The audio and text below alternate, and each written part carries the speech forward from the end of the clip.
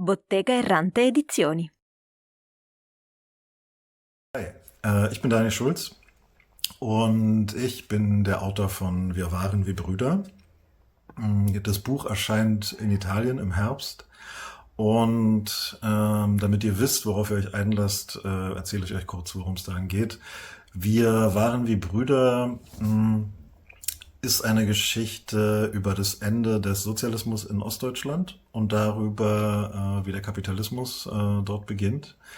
Es ist eine Geschichte über das Aufwachsen auf dem Land, eine Geschichte über das Entstehen vom Faschismus auf der Straße und eine Geschichte über Liebe. Es ist auch eine Geschichte über Opportunismus, also über die Frage, ob man etwas sagt, wenn jemand eine rassistische Bemerkung macht, jemand mit Gewalt bedroht oder einfach nur etwas Ungerechtes passiert, oder ob man lieber den Mund hält.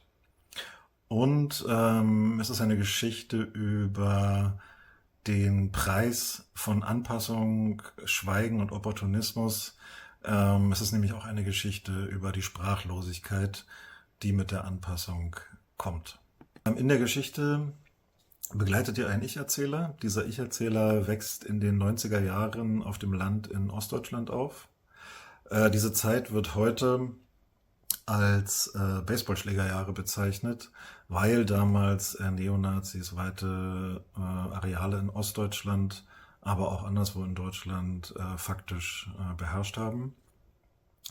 Diese Zeit ist aber auch für heute relevant, weil viele Neonazi-Kader, aber auch viele Rechte, die heute in Parteien wie der AfD erfolgreich sind, in dieser Zeit sozialisiert worden sind.